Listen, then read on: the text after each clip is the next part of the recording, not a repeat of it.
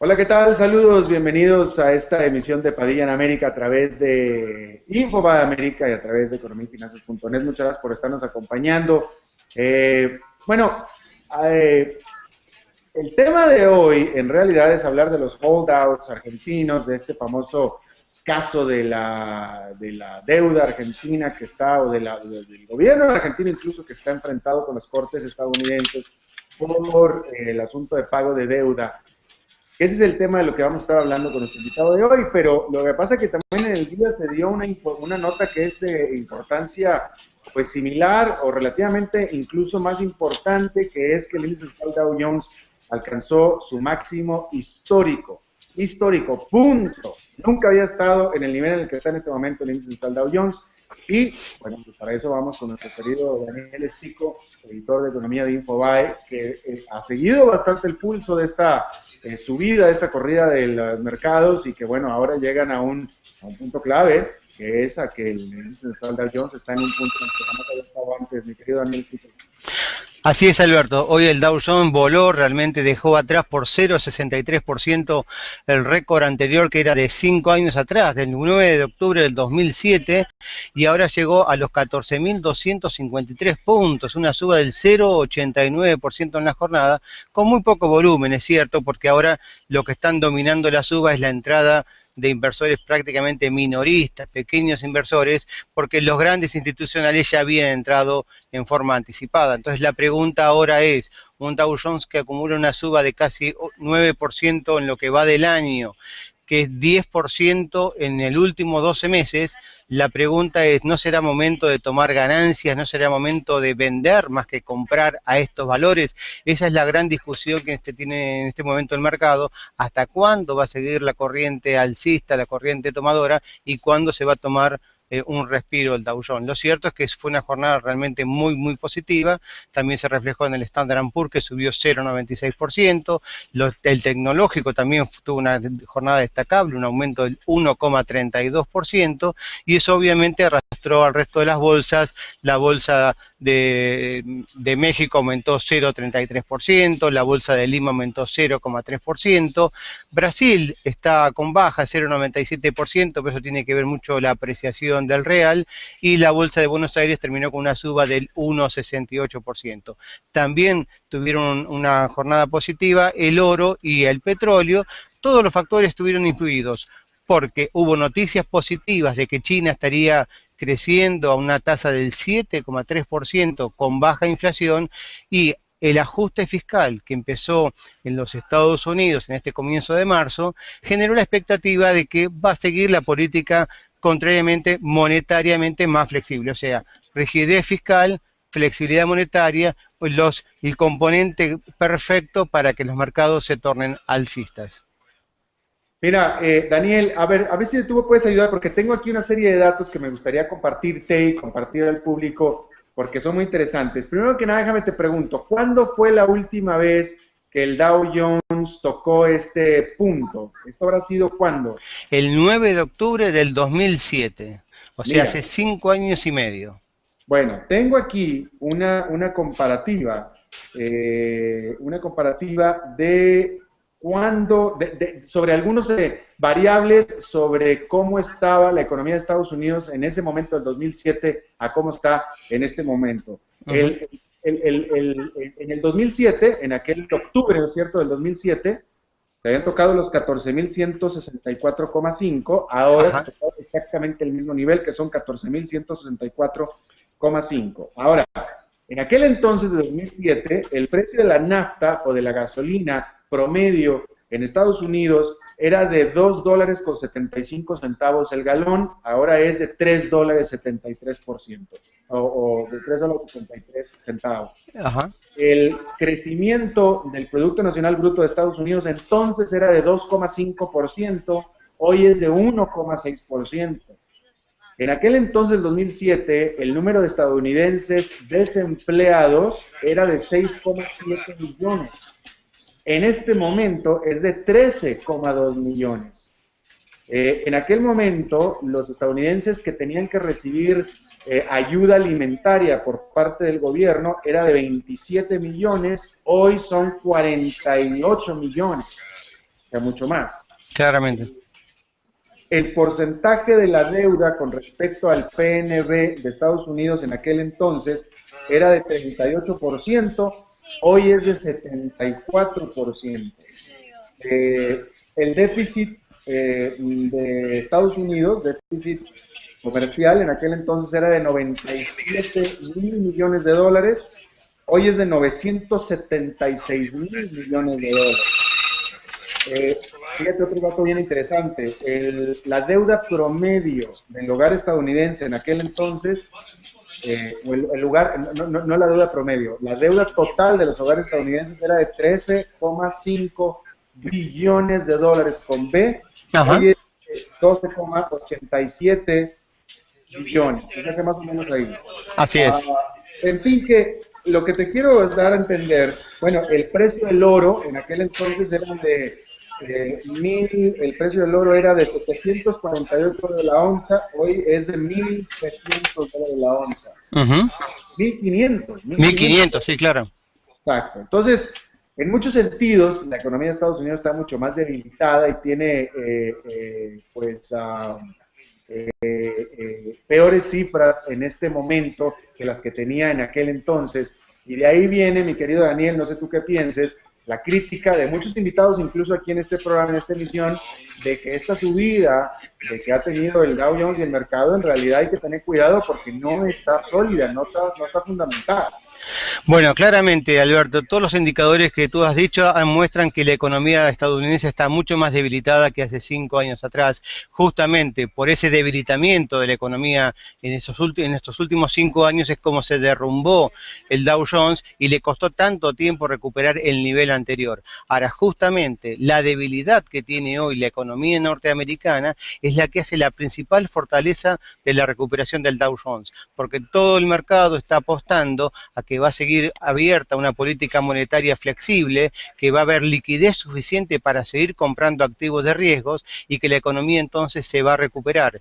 Y a eso se le agrega que China sigue traccionando muy bien y con baja inflación, entonces las perspectivas de que Estados Unidos salga de la recesión son más favorables que la que había en el 2007, cuando se veían los indicadores a partir de la crisis de Lehman que entraba en una recesión. Por lo tanto, en la profundidad del mercado sigue siendo claramente expansiva. Lo que dicen es, bueno, subió demasiado en muy pocos meses, prácticamente en este bimestre la suba del Dow Jones es equivalente a la suba de los últimos 12 meses, entonces puede haber algún respiro. Pero por ahora el mercado dice, las malas noticias de la economía es una buena noticia para la bolsa porque va a haber liquidez suficiente para seguir comprando estos activos.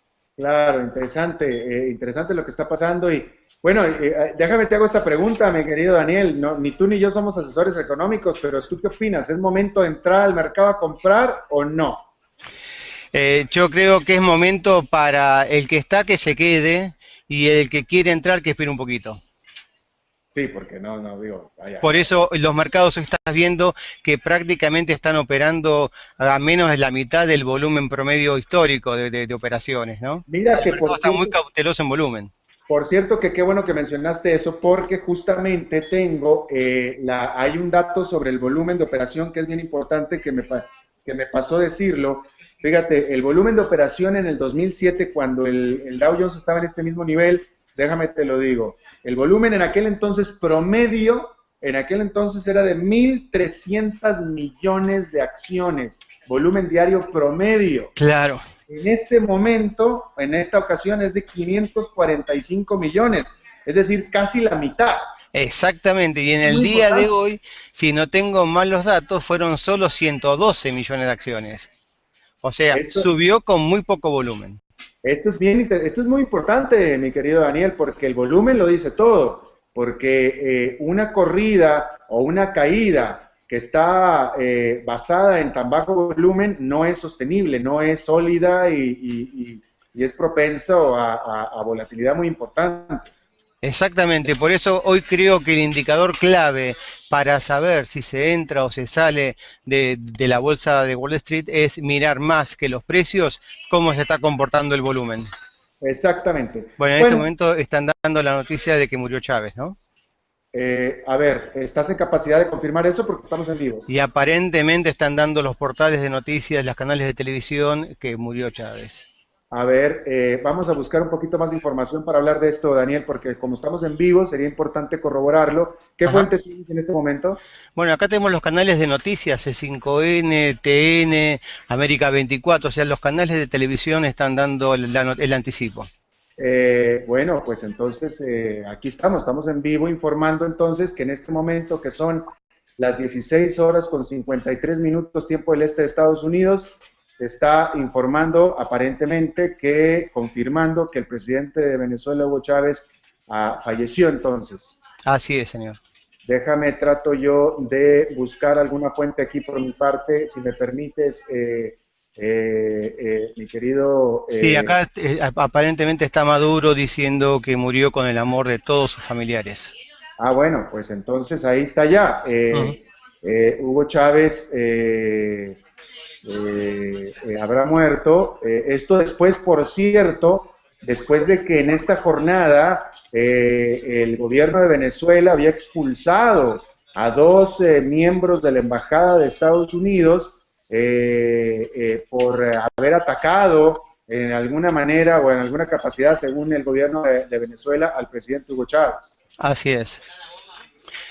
Bueno, Justamente había creado el clima para generar una sensación de que hubo un culpable en este debilitamiento de la salud de Chávez, ¿no? Que fue realmente inducida, etcétera. Es todo un clima político para un poco aliviar la tensión del pueblo y que pueda descargar su angustia generando culpables, ¿no?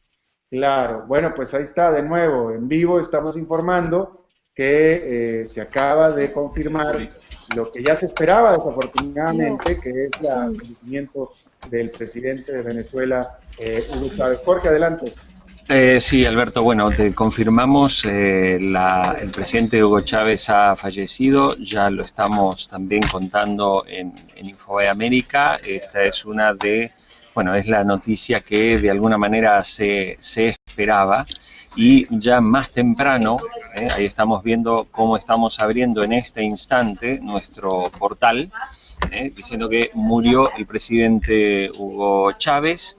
Y algo que, como decíamos recién, se estaba esperando ya desde temprano un anuncio de estas características, y bueno, las redacciones empezamos ahora a trabajar muy intensamente con todo lo que va a suceder, porque vamos a decir también dos o tres cosas que son importantes. Primero, se espera que este sea naturalmente, por la personalidad y por lo que significa Hugo Chávez dentro de lo que es América Latina, sobre todo de Cuba y para varios países muy alineados con el modelo socialista, se espera un gran funeral con incluso varios días seguramente de funeral, y luego todo un proceso que tendrá que llevar adelante Venezuela, que es convocar a nuevas elecciones. Esto es importante decirlo porque en los próximos días veremos una convocatoria de elecciones que tiene un lapso estimado de 90 días desde el momento que se anunciará.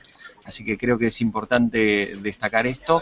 El chavismo, casi todo el mundo descuenta que de cara a las próximas elecciones Nicolás Maduro volverá a ganar las elecciones, y ahora será cuestión simplemente de que las autoridades organicen los próximos comicios presidenciales, después de naturalmente lo que van a ser los próximos días de duelo en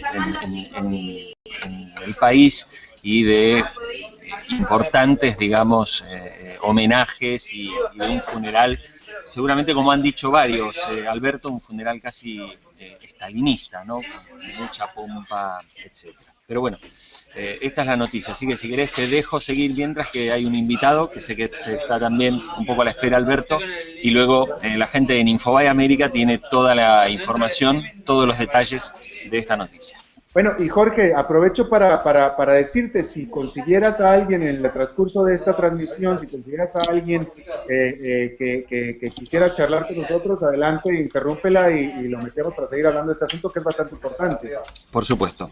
Pero sí destacar que efectivamente, como tú acabas de mencionar, lo que la Constitución dice es que a partir del fallecimiento del presidente en funciones, que es Hugo Chávez, se tiene que llamar a elecciones. Ahora, habrá que ver, yo creo que es prudente decir esto, Jorge, porque no es la primera vez que la Constitución dice algo, pero que las Cortes lo interpretan de otra manera, porque cuando la Constitución decía que el presidente Hugo Chávez debió haber tomado posesión en enero, y las Cortes hicieron una enmienda o lo interpretaron de otra manera y dijeron que no había necesidad, puesto que de todos modos se iba a reelegir. Entonces, no me sorprendería a mí que hubiera algún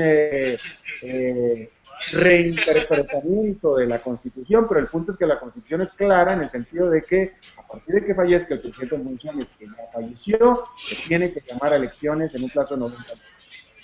Exactamente, Alberto, y es de esperar que esto esta vez se cumpla, porque también es cierto que los análisis políticos del propio oficialismo venezolano dan a las claras que ante una elección, cuanto más temprana sea, las posibilidades realmente para Nicolás Maduro son muchísimo mayores y muchísimo más altas que la de cualquier opositor. Bueno, ese es buen punto. Bueno, ahí te encargo entonces que regreses con nosotros en los siguientes 20, 30 minutos si estuviera alguien que pudiéramos darle un poco más de análisis a esta noticia. Jorge Haley, muchas gracias. Sí. Gracias a ustedes. Bueno, a ver, Daniel Estico, entonces, vamos a hablar, continuar a hablar acerca de lo que estábamos hablando. Bueno, estamos hablando de bolsa, pero también esta noticia, Daniel, y aquí sí, yo que de esto un poco más de perspectiva, porque yo desde Estados Unidos lo que se sabe es lo siguiente, que fue sorpresivo. Por cierto, que aprovecho para presentar, y con la paciencia que nos ha tenido, que se le agradezco, al economista Pablo Tigani, director ejecutivo de la Fundación Esperanza, que es un think tank que nos acompaña desde Buenos Aires justamente para hablar del tema de los holdouts famosos. Pablo, muchas gracias por estar con nosotros. Desafortunadamente, Pablo, a ver, te vuelvo a saludar porque no te escuché. ¿Nos estás escuchando nosotros? Algo pasó con Pablo. Sí. Bueno, Jorge nos escucha. A ver, Jorge, que trate de arreglar a Pablo porque... Vamos a intentar reconectarlo enseguida. Bueno, de mientras déjame comento contigo, mi querido Daniel Estico. ¿Qué fue lo que pasó acá en Estados Unidos? Hay que recordar que un grupo pequeño de tenedores de bonos argentinos, desde que Argentina declaró el default famoso allá en el 2002, Ajá. un grupo pequeño se inconformó y decidió acudir a las cortes. 10 años después, hasta ahora, las cortes en Estados Unidos respondieron preliminarmente, habían dicho que, bueno, pues que Argentina no podía declarar el default sobre este pequeño grupo y que tenía que pagarle sí o sí a este pequeño grupo ese dinero. Argentina dijo, de boca la propia presidenta de Argentina, que Argentina simplemente no iba a pagar absolutamente nada. Y ahora la noticia es que esta corte de aquí de Estados Unidos es que reviró y después de haberse mostrado bastante dura en el sentido de que pagas o pagas, ahora la Corte dijo, bueno, Argentina, ¿por qué no me presentas un plan de pago entonces? Hombre, vamos a platicarlo, vamos a negociarlo, pero preséntame un plan de pago para que le pagues a estos. Es decir, que la Corte se suavizó, así es como lo interpreto yo, Daniel. Así es, Alberto, estás en lo cierto, porque el tenor de las preguntas de la última audiencia dejaron entrever de que la Corte estaba muy dura con la Argentina y que no iba a aceptar justamente esas posturas intransigentes y por lo tanto parecía que iba inminentemente a un fallo desfavorable para la Argentina. Finalmente sorprendió a los mercados, sorprendió al propio gobierno argentino, que la Corte le dijo, bueno, te doy plazo hasta el 29 de marzo para que presentes por escrito cuál es la propuesta de pago a los acreedores que no entraron a los canjes del 2005 y el 2010. Y entonces, eso es el punto de ahora. La gran incógnita en este momento es, ¿se trata de una emboscada en el sentido de que la Corte quiere tener por escrito la forma de pago que finalmente los holdouts no van a aceptar? Porque si esperaron 10 años para cobrar, para que el gobierno argentino le diga, te voy a dar lo mismo que le di a los bonistas en el 2010, entonces por lo menos al tenerlo especificado tiene un fundamento, ya no es una ambigüedad, y finalmente falla a favor de los holdouts. Ahora, la otra postura que surgió en estos días es que, bueno, no, la Presidente le dijo al Congreso que finalmente reveía la postura de no pagar y que sí estaba dispuesta a pagar exactamente lo mismo que le pagó a quienes entraron en el último canje del 2010. De manera que aquellos que entraron anticipadamente a los canjes no se vieran defraudados de que los que entraron tardíamente van a tener mejores condiciones. Entonces, ahora el punto está, ¿la Argentina realmente va a poder presentar condiciones que satisfagan a los holdouts o va a presentar lo que debiera hacer, lo que se está aconsejando, que le presente una propuesta a la Cámara de Apelaciones? O sea, que la presentación sea para convencer a los jueces y no solo para convencer a los holdouts. Vamos a ver, Pablo Tigani, ¿nos escuchas ya? Bueno, te escucho perfectamente bien. Ah, excelente. Bueno, Pablo Tigani, economista, él es director ejecutivo de la Fundación Esperanza, think tank que está basado en Buenos Aires. Tanto que es imposible. ¿Cuál es tu visión al respecto? Tomando en cuenta que desde el punto de vista de muchos analistas, yo creo que el mío también es que pues, Argentina necesita tener acceso al financiamiento internacional. Vaya, lo perdimos de nuevo. Bueno, ni hablar. Bueno, pero coincido contigo. La sensación, lo normal, lo racional es que la Argentina solucione el problema del default, cierre este capítulo para después encarar el default que también mantiene con el Club de París, con el Club de Países Desarrollados que en el pasado financiaron a la Argentina gobierno a gobierno diversos planes de infraestructura y que también no es una cifra menor, son 7.000 millones de dólares de capital y unos 3, 4.000 millones de dólares de intereses, multas, costas, exmoras, que también debe solucionar para después sí poder que tanto el gobierno como principalmente las empresas argentinas poder sacar provecho de este escenario de tasas internacionales tan bajas y no tomar deuda cara internamente. Claro. Bueno, Daniel Estico, entonces, bueno, pues cerremos esta emisión que cierra con una nota triste porque desafortunadamente durante esta fue que se anunció el lamentable fallecimiento del presidente de Venezuela, Hugo Chávez. Yo por mi parte, Daniel, le mando pues un fuerte abrazo y les mando mi más sentido pésame a los venezolanos, sobre todo a los venezolanos que querían al presidente Hugo Chávez. Había mucha gente que lo quería, a todos ellos les mando un fuerte abrazo, les doy mi más sentido pésame y bueno, Venezuela ciertamente seguirá siendo tan fuerte y tan dinámica como lo ha venido siendo hasta ahora y no pueden venir sino tiempos mejores a pesar del lamentable fallecimiento del presidente Hugo Chávez. Comparto plenamente tus palabras y también mis condolencias para el pueblo venezolano y para el pueblo venezolano que también habita en nuestros países, ¿no? Claro, por supuesto. Bueno, muchas gracias Daniel Estico por tu participación. Si Pablo Tigani nos escucha, pues también se lo agradecemos, pero desafortunadamente los problemas no nos dejaron en lo más mínimo y bueno, gracias por habernos acompañado y nos vemos en la próxima entonces. Un abrazo. Gracias.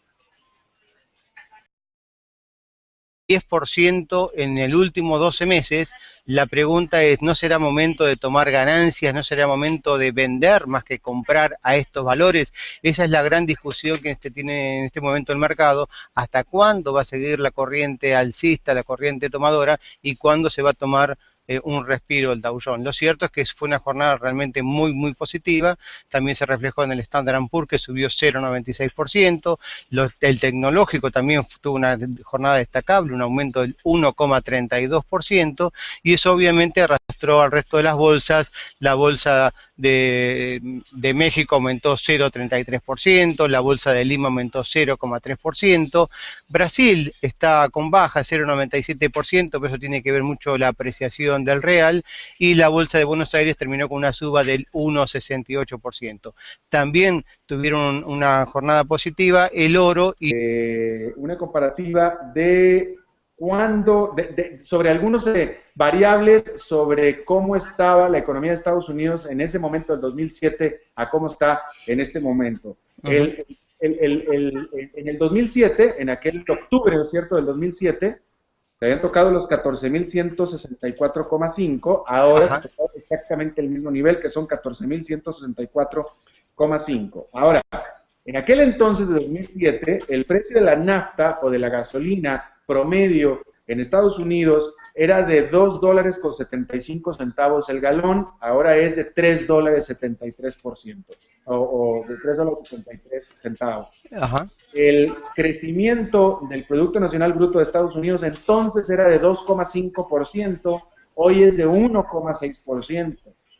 En aquel entonces, el 2000... Y el petróleo, todos los factores estuvieron influidos porque hubo noticias positivas de que China estaría creciendo a una tasa del 7,3% con baja inflación y el ajuste fiscal que empezó en los Estados Unidos en este comienzo de marzo generó la expectativa de que va a seguir la política contrariamente monetariamente más flexible, o sea, rigidez fiscal, flexibilidad monetaria, el componente perfecto para que los mercados se tornen alcistas. Mira, Daniel, a ver si tú me puedes ayudar, porque tengo aquí una serie de datos que me gustaría compartirte y compartir al público, porque son muy interesantes. Primero que nada, déjame te pregunto, ¿cuándo fue la última vez que el Dow Jones tocó este punto? ¿Esto habrá sido cuándo? El 9 de octubre del 2007, o sea, Mira, hace 5 años y medio. bueno, tengo aquí una comparativa al Dow Jones y, bueno, pues para eso vamos con nuestro querido Daniel Estico, editor de Economía de Infobae, que ha seguido bastante el pulso de esta subida, de esta corrida de los mercados y que, bueno, ahora llegan a un punto clave, que es a que el índice del Dow Jones está en un punto en que jamás había estado antes, mi querido Daniel Estico. Así es, Alberto. Hoy el Dow Jones voló, realmente dejó atrás por 0,63% el récord anterior que era de 5 años atrás, del 9 de octubre del 2007, y ahora llegó a los 14.253 puntos, una suba del 0,89% en la jornada, con muy poco volumen, es cierto, porque ahora lo que están dominando la suba es la entrada de inversores prácticamente minoristas, pequeños inversores, porque los grandes institucionales ya habían entrado en forma anticipada. Entonces la pregunta ahora es, un Dow Jones que acumula una suba de casi 9% en lo que va del año, que es 10.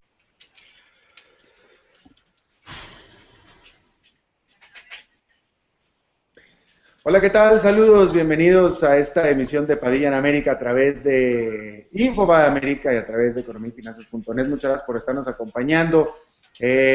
Bueno, el tema de hoy en realidad es hablar de los holdouts argentinos, de este famoso caso de la deuda argentina que está, o del gobierno argentino incluso, que está enfrentado con las cortes estadounidenses por el asunto de pago de deuda.